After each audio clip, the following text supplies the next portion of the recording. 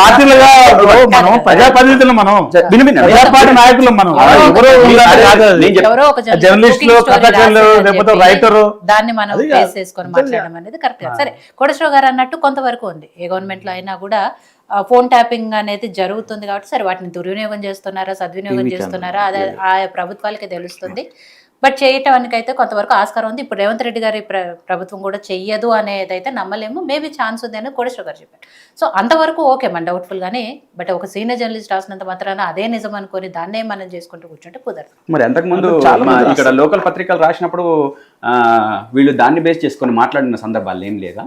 ఏది phone tapping గురించి, phone tapping మీద విషయం కావచ్చు, లేకపోతే ఇంకా చాలా విషయాలు ఉన్నాయి. ముఖ్యంగా మీడియాలలో వచ్చిన వాళ్ళు ఇదే ఆంధ్రజ్యోతిలు, ఇదే TV5లు, ఇదే టీవీలు, వాళ్ళ పత్రికలు, ఈనాడు పత్రికలు ఏదో ఒక పత్రికలు రాసినప్పుడు దాన్ని బేస్ చేసుకొని మాట్లాడినప్పుడు అవి తూచ్, అంటే దాని గురించి పట్టించుకోవాల్సిన అవసరం లేదు. కానీ ఇది నేను మీరు అన్నట్టుగా కూడా ఆ దాన్ని కూడా లెక్కలోకి తీసుకుంటే ఒక నమస్తే తెలంగాణను, లేకపోతే ఒక సూర్య పేపరు, లేకపోతే ఒక ఆంధ్రజ్యోతి పేపరు, లేకపోతే ఇంకో XY పేపర్, ఇప్పుడు ప్రెసెంట్ గా నడుస్తున్న వెలుగు పేపరు, ఇటువంటి రాసిండ్రు అని అంటే కూడా దాన్ని పెద్దగా మనం అది పొలిటికల్ అయిన దాంట్లో ఉన్నాయి కాబట్టి దాని గురించి మనం ఎందుకు మాట్లాడాలని అనుకునేవాళ్ళం. నేను ఇక్కడ ఏంటంటే ఇది న్యూట్రల్ పర్సన్, ఇతను న్యూట్రల్ పర్సన్, ఒక సీనియర్ జర్నలిస్టు క్లియర్ కట్ గా ఇక్కడ జరిగిన అంశాలన్నీ కూడా రాస్తే, ఈ రోజు కౌశిక్ రెడ్డి గారు మాట్లాడితే కేసు అయితే ఎట్లయితే పెట్టినరో మీరు, మరి ఆయన ప్రపంచానికి తెలిసేటట్లు నిజంగానే అల్లికలు చేసిందా, నిజంగానే జరిగిందా అని చెప్పేసి ఆయన మీద ఎందుకు కేసు పెట్టలేదు? ఇప్పుడు ఆయన ఈ రోజు ఆగండి, ఇప్పుడు మీరు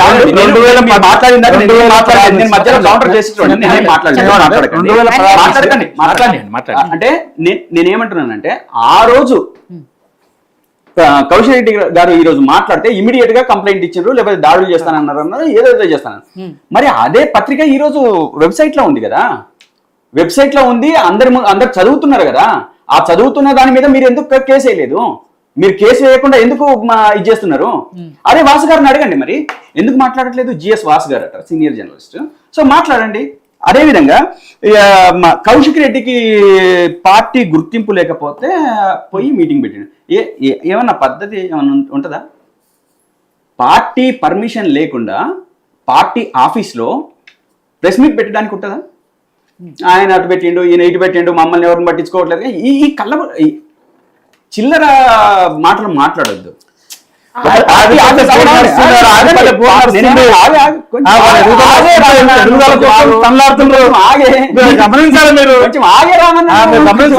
ఎందుకు గడబడి చేస్తారు? ఇంతమంది 34 మంది ఉన్నారు, వాళ్ళకి లేదు ఆయనకి. నువ్వు ఆయన సమర్థిస్తావు, నువ్వు కొంచెం నేను ఆ విషయాలు కూడా వస్తా, కొంచెం ఎవరిని సమర్థించాలని కూడా ఆ విషయానికి కూడా వస్తా. నువ్వు కౌశిక్ రెడ్డి అంటాడు ఒక ఉద్యమ ద్రోహి, రాళ్ళతో కొట్టించినాడు, నిన్ను కొట్టించిండు, నన్ను కొట్టించిండు, ఎవరితో మర్చిపోతే అవునవును నిజమే. ఆయన సమర్థిస్తే ఆ విషయం కూడా మాట్లాడుతూ కొంచెం ఆగన్నా, నువ్వు ఎందుకే గడబడ చేస్తున్నావు? నేను చెప్పేది ఈ రోజు కాంగ్రెస్ పార్టీలో మాట్లాడము, సూక్తులు చెప్పటము, అది పరాయి వాళ్ళకే చెప్పటము, మనకు పట్టకపోవడము, ఇవన్నీ వాళ్ళకు సర్వసాధారణమే.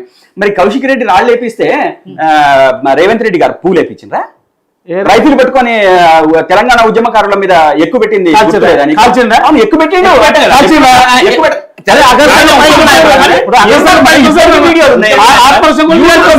చేసింది కాదు అంటే ఈ రోజు కూడా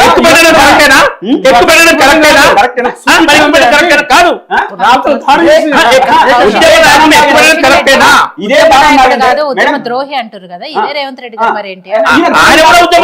పవిత్రుడు రైఫిల్ ఎక్కువ పెట్టినోడు పవిత్రుడు, రాళ్ళ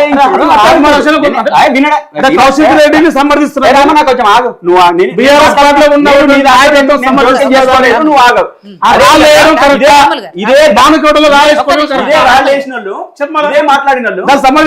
నాగేందర్ గారు ఉద్యమం జరిగేటప్పుడు మంత్రిగా ఉండి నిరసన తెలియజేయడానికి పోయిన తెలంగాణ ఉద్యమకారుల మీద స్వయంగా మరీ కొట్టాడు. బీఆర్ఎస్ పార్టీ తీసుకున్నారు ఆయన. అరే నేను చెప్తున్నా, తీసుకున్నారు. అదే చెప్తున్నా. ఎందుకు బాబు ఇచ్చారు. అవును, ఇచ్చారు. అది కూడా నిజమే. మరి వీళ్ళకి టికెట్ ఇచ్చారు. టికెట్ మీరేం మాట్లాడుతున్నారు? కౌశిక్ రెడ్డి మీద మీరు మాట్లాడుతున్నారు మీద మీరు మాట్లాడుతున్నది ఏంది? అదేవిధంగా రైఫిల్ రెడ్డి మీద మాట్లాడుతున్నది ఏంది? మీరు మాట్లాడేది మీరు మాట్లాడే కాదు, మీరు కొంచెం ఆగండి. అదే విధంగా పర్మిషన్ లేకుండా ఏ పార్టీ మాట్లాడడానికి అవకాశం లేదండి. కానీ రాములు గారు ఒక విషయం స్ట్రైట్ గా అడుగుతున్నారు. ఏదైతే కౌశిక్ రెడ్డి గారు చేసిన వ్యాఖ్యలకి బీఆర్ఎస్ పార్టీ బాధ్యత వహిస్తుందా, నమ్ముతున్నారా లేదా ఆయన మాటల్ని? పార్టీ నమ్మకపోతే పార్టీ పర్మిషన్ లేకుండా లేకపోతే పార్టీ చెప్పకుండా పెట్టాలండి.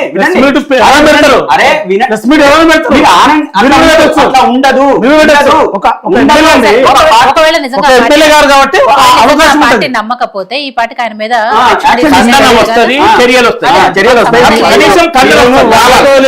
కౌశిక్ రెడ్డి కొంచెం ఆగండి. మీరు కొంచెం ఆగండి. ఉద్యమం ఇప్పుడు మీరు కొంచెం ఆగితే ఏంటంటే విషయాలు మాట్లాడడానికి అవకాశం ఉంటది. మీరు కవిత గారి గురించి మాట్లాడుతున్నారు. ఇప్పుడు కవిత గారు ఒక మీటింగ్ పెట్టుకున్నారు. ఏంది మీకు వచ్చిన బాధ ఏంది? మేము మీటింగ్ పెట్టుకున్నాం అయితే ఏంది, ఏం బాధ? ఇంతకు ముందే పార్టీ పెట్టుకుంటామని చెప్పేసి మీరే దాన్ని సమర్థించిన వాళ్ళే, మీరు మాట్లాడిన వాళ్ళే. ఆమె పెట్టుకోవద్దా, లేకపోతే మీటింగ్ పెట్టుకున్నది కదా, పెట్టుకుంటే ఏమైంది, ఆమెకి జాగ్రత్త లేదా అని మాట్లాడిన వాళ్ళు మీరే. పెట్టుకొని మేము ఎవరు దానికి కాదన్నారు? దానికి మాకు సంబంధం ఏముంది? ఈ విషయాలన్నీ మీరు మాట్లాడడము, ఒకదానికి మోకాలకి బోడిగుండుకు ముడేయడము, ఎందుకు మీకు ఇదంతా? మీ మీద వచ్చిన ఆరోపణ ఏంది?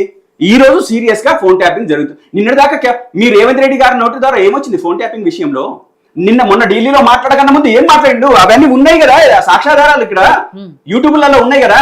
మరి దానికి మాట్లాడితే ఎట్లా? మీరు హీరోయిన్లు అన్నారు. హీరోయిన్లు అనడమే కాదు, మేము హీరోయిన్లు అనే ఒక పదమే వాడిండు ఆయన. కానీ మీరు పేర్లే పెట్టారు కదా, వాళ్ళ మనోభావం ఎంత దెబ్బతింటది, మనం ఎంత దెబ్బతింటది? పోలీసులు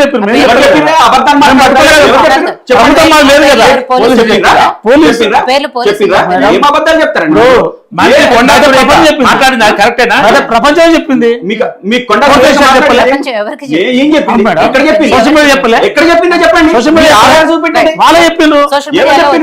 నిజమే లేకపోతే ఇంకెవరో చెప్పింది నిజమే అంటే మరి వాళ్ళ కౌశిక్ రెడ్డి చెప్పింది కూడా వినండి వినండి. సోషల్ మీడియా కాదు, చేయడం కాదు, చేతిలో ఉంది, మీ చేతిలో ఉంది. అదే చెప్తున్నా, ఆరోపణలు కాదు. మీడియాలో ఇవాళ రేపు అడ్డగోలు వస్తున్నాయండి. ఆరోపణలు కాదు, అడ్డగోలు వస్తున్నాయి. మీరు సమర్థించుకోవడానికి ప్రయత్నం చేసిన సాధ్యం కాదండి. కొంచెం మీడియాలో అడ్డగోలు వస్తున్నాయంటే ఈ విషయం కాదు. నేను నెట్ వెరిఫై చేసి ఈ న్యూస్ లేదు.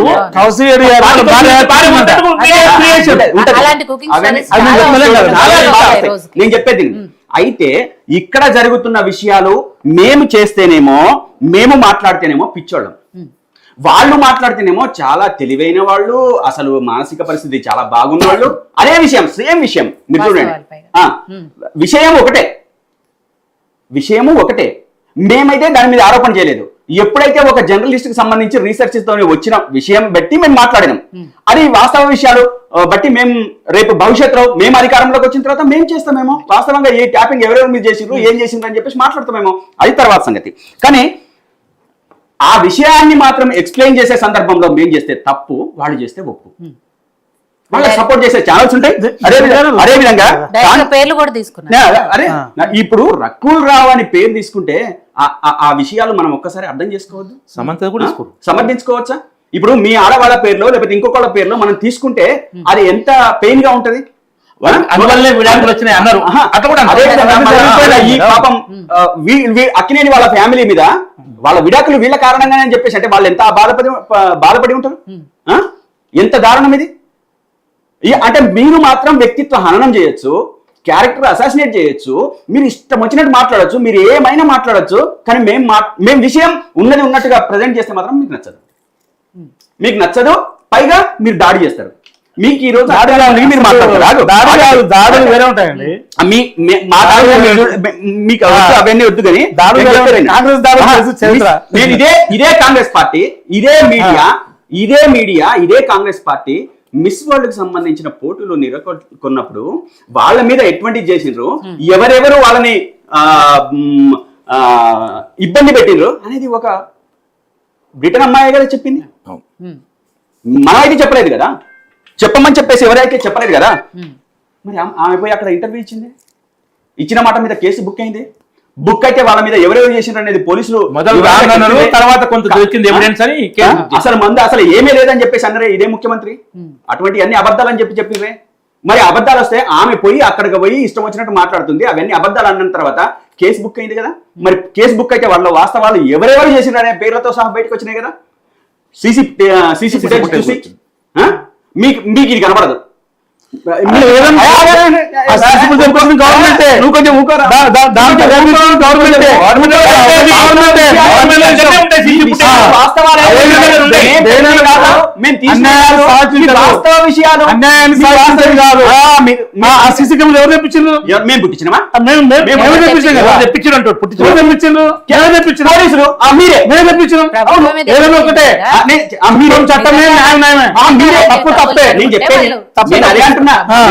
ఇప్పుడు ఏదైనా తప్పు జరిగితే కూడా తప్పును తప్పే అంటాము.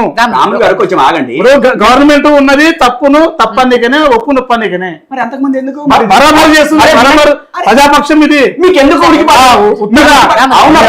ఆరోపణలు చేస్తుంది కదా. మీరు కరెక్టే, వాస్తవమే, మీరే చేసిండ్రు, మీరే బయటకు తీసిండ్రు. మరి అంతకుముందు నోటి దూరతో ఎందుకు మాట్లాడిరండి? మా వాళ్ళు ఏం చేయలేదు, అసలు అటువంటిది ఏం లేదు, వీళ్ళందరూ పుకారు చేస్తున్నారు, టీఆర్ఎస్ వాళ్ళు రెచ్చగొట్టిండ్రు, ఇంకోటి చేసినా ఎందుకు మాట్లాడినారు? నోటి దూల ఇదే విషయంలో ఇప్పుడు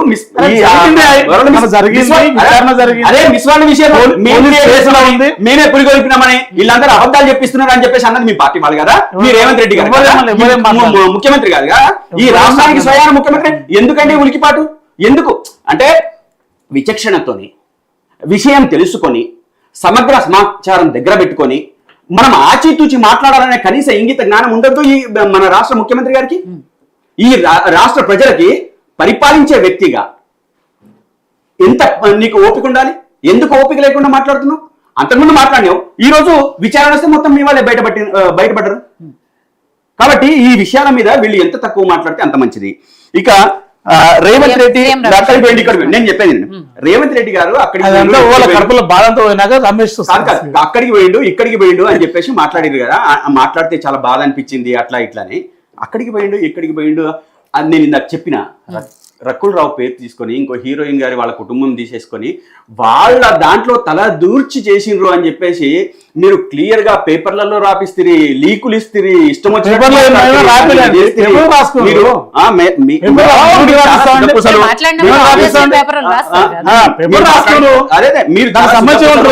మీరేం మాట్లాడారో వాళ్ళే రాస్తారు. ఆరోపణలు ఉన్నాయి కదా, అవి నిరూపణ చేయమంటారు మేము. ఇవన్నీ చాటపార్థం వద్దు. కౌశిక్ రెడ్డి గారు ఏం ఆరోపణ చేస్తున్నా నిరూపణ చేయాలి. నేను అదే చెప్తున్నా కదా, ఖచ్చితంగా నిరూపణ అయితే చేయాలి. చేయకపోతే అదే నిరూపణ అయితే బహిష్కరించాలి పార్టీ నుంచి. ఖచ్చితంగా పార్టీకి వెళ్ళి ఖచ్చితంగా అలా నీర పురుగులు పార్టీకి అవసరం లేదు. నిరూపణ అయితే ఇదే విషయం మీద మరి కొండా సురేఖ గారు చేసిన మాటలు కానీ గతంలో రేవంత్ రెడ్డి గారు చేసిన మాటలు నిరూపణ కాకపోతే వాళ్ళని సస్పెండ్ చేస్తారా మీరు పార్టీ? మేడం దానికి చట్టం ఉంది, చట్టం ప్రకారం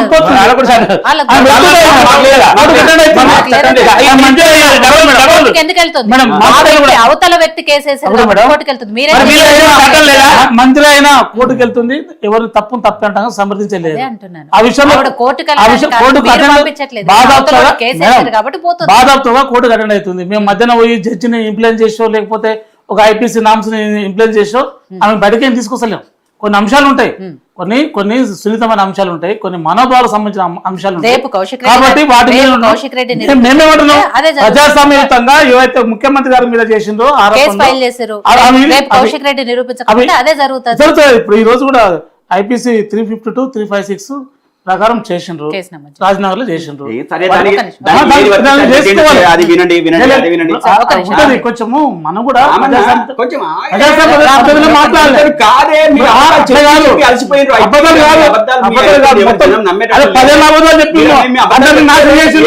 ఉద్యమకాలు నాశనం చేసిండ్రు.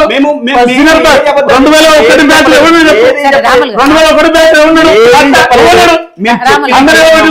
మీరు బీఆర్ఎస్ విలీనం సంబంధించింది సీఎం రమేష్ గారు అంటే ఆయన ఏ దాంట్లో మాట్లాడిరు, ఎట్లా మాట్లాడిరు అసలు యాక్చువల్ గా మన సీఎం రమేష్ గారు అంటే ఇదే మాట ఒక వారం రోజుల ముందు మాట్లాడితే నేను పర్సనల్గా చెప్తున్నాను, నేను పార్టీగా మాట్లాడు ఇప్పుడు ఈ వర్డ్స్ వరకు ఒక వారం రోజుల క్రితం మాట్లాడుంటే కనుక నేను దీని మీద ఖచ్చితంగా కొంత అథెంటిక్గా తీసుకునేవాడిని. ఈ రోజు ఎందుకు మాట్లాడుతున్నాడు, ఏ కారణం చేత ఎస్ కేటీఆర్ గారు దాదాపు 1600 కోట్ల రూపాయలు కాంట్రాక్ట్ ఇచ్చారు ఇక్కడ బీజేపీ నాయకుడు. మేము అంతకుముందు మాకు ఎవరో తెలియదో తెలుసో సమానం అన్నారు, కానీ అది కేటీఆర్ గారు సారీ మన సీఎం రమేష్ గారు అని చెప్పేసి ఆయన తెలిసిన తర్వాత ఆయనకి ఎట్లా ఇస్తారు 10,000 కోట్ల రూపాయల మన కంచగచ్చిబౌలి భూముల్ని తాకట్టు పెట్టి దానికి ఈయన పోయి నేను ఎటువంటి రుణం ఏదో వడ్డీలు లేకుండానో ఏదో ఇప్పిస్తానని చెప్పేసానంటే ఆయనకు అప్పనంగా 1600 కోట్ల రూపాయల భూముల్ని అప్పగిస్తే మనకు ఇది వచ్చింది, ఇంతకంటే దారుణం ఉంటుందా అని చెప్పేసి మా కేటీఆర్ గారు మాట్లాడిన వాస్తవం. ఇది మాట్లాడిన తర్వాత సీఎం రమేష్ గారు మాట్లాడితే ఇది ఆ విషయాన్ని డైవర్ట్ చేయడం కోసం కాకుండా దేనికైతుంది, ఎందుకైతుంది? కంపల్సరీ మేము ఏదైతే ఆరోపణ చేసినామో దాన్ని ఢీకొట్టడానికి ఇక్కడ కాంగ్రెస్కు సత్తా లేదు, దమ్ము లేదు కాబట్టి ఇంకో క్యారెక్టర్ని తీసుకొచ్చి నువ్వు ఈ మాట మాట్లాడు, ఎందుకంటే ఆయన ఉన్నాడు కాబట్టి నువ్వు ఈ విధంగాను అని చెప్పేసి చెప్పినట్టే అనిపిస్తుంది. కాంగ్రెస్ ఇంకెవరు చెప్తారు, మీరే కదా. ఆయన నువ్వు కూడా అట్లా తయారైన నాకు అర్థం కాదు, కాసేట్లకు తయారైన నువ్వు కూడా ఏమైంది, మేము మాకే సంబంధమే, ఆ ఎంపీ గారు మాట్లాడితే మాకే సంబంధం, మాకే సంబంధం. ఇష్యూ అర్థమైందా? ఇప్పుడు మేము ఇష్యూ కూడా వచ్చే ఉన్నాయి, ఇష్యూ అర్థమైందా నీకు? కాలేజ్ ఎవరికి ఇచ్చారు, కాలేజ్ ఎవరికి ఇచ్చింది, మీరు ఆగండి, కాంట్రాక్ట్ ఎవరికి ఇచ్చారు, ఆగండి, మీరు ఆగండి, సెక్రటరీ కాంట్రాక్ట్ ఎవరికి ఇచ్చారు, ఆగండి కొంచెం. అదే అమలు జ్యోతి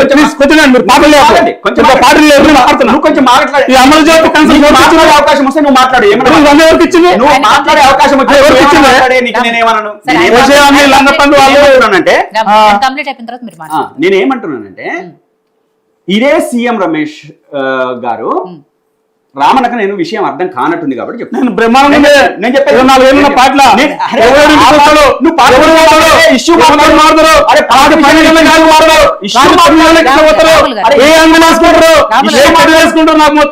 మాట్లాడు, ఇష్యూ మాట్లాడు, ఇష్యూ మాట్లాడు. నేను సీఎం రమేష్ గారికి 10,000 కోట్ల రూపాయలు మనకు అప్పు ఇప్పించటానికి ఆయననే అక్కడ ఉన్నాడు కాబట్టి ఆయనకు ప్రతిఫలంగా తెలంగాణ ప్రభుత్వము 1600 కోట్ల రూపాయల విలువ చేసే భూములను ఇచ్చింది అనేది మేము ఆరోపణ చేసినాం. అవి భూములు కాదండి, భూములు కాంట్రాక్ట్ 1600 కోట్ల రూపాయల కాంట్రాక్ట్ అది సారీ నేను భూములన్నా 1600 కోట్ల రూపాయల కాంట్రాక్ట్ వర్క్ కు తనకిచ్చింది. తనకి ఇస్తే ఆ ఇచ్చినప్పుడు ఆయన చేసిన ఆరోపణ ఇది. నేను కాళేశ్వరం ఎవరికి ఇచ్చిండ్రు లేకపోతే ఇంకో ఇక్కడ పంచాయతీ ఆంధ్ర వాళ్ళకి ఇచ్చిండ్రా లేదా అనే పంచాయతీ కాదు, ఇక్కడ ఒక పర్సన్ కి మీరు ఈ విధంగా చేసినారు అని చెప్పి కూడా మాకు 2,000 కోట్ల ప్రాజెక్ట్ వచ్చినాయి కాంట్రాక్ట్ ఆయన స్టేట్మెంట్. ఇప్పుడు కేసీఆర్ గవర్నమెంట్ లో కూడా మాకు 2,000 కోట్ల కాంట్రాక్ట్ వచ్చింది, అది కూడా నామినేషన్లు ఇచ్చారా? అదే గవర్నమెంట్ లో కూడా మాకు 2,000 కోట్ల కాంట్రాక్ట్ వచ్చినాయి. ఆంధ్ర నాయకులకి ఇచ్చిర్రు అనే కాన్సెప్ట్ కాదు, ఒక బీజేపీ నాయకులుగా తీసుకోండి, ఒక వ్యక్తికి ఇచ్చిర్రు అనే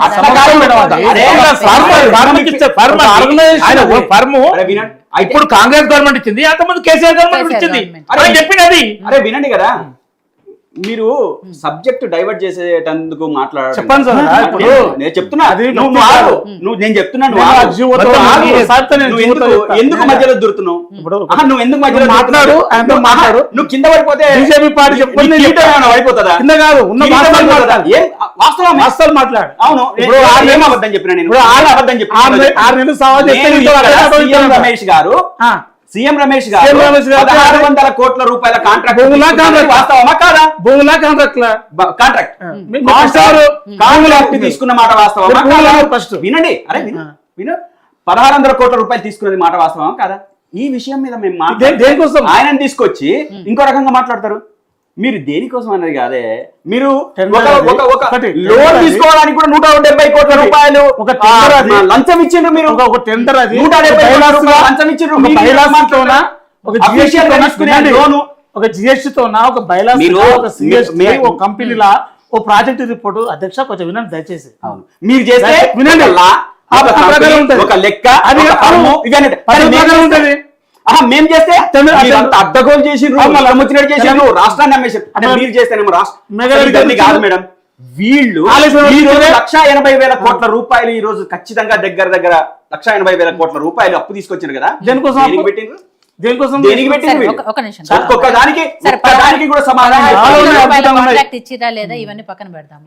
ఆయన ఇంటికి వెళ్ళి బీజేపీలో విలీనం చేస్తాము అని కేటీఆర్ గారు అడిగిన మాట వాస్తవమా కాదా? ఇగో ఈ విషయాల్ని సీఎం రమేష్ గారే ఆ ఆధారాలని బయట పెట్టమనండి. చెప్పండి మనకు కదా, CC లే- footage కూడా వద్దు, ఆ, బయట పెట్టమనండి పెట్టమని పెట్టమనండి. నేను చెప్తున్నా కదా, దానికి క్రెడిబిలిటీ లేదు. ఇప్పుడు అతను మాట్లాడిన దానికి నేనైతే క్రెడిబిలిటీగా తీసుకోను. నేను అంటే పార్టీగా ఖండించడం కాదు నేను అంటుంది. నేను ఆయన మాటల్ని ఇదే గనక ఒక వారం రోజుల ముందు గనక మాట్లాడుంటే నేను ఖచ్చితంగా క్రెడిబిలిటీగా తీసుకునేవాడిని. ఇప్పుడు మాత్రం నేను తీసుకోను. ఆయన మాటలు అర్ధరహితము అని చెప్పేసి అని అంట.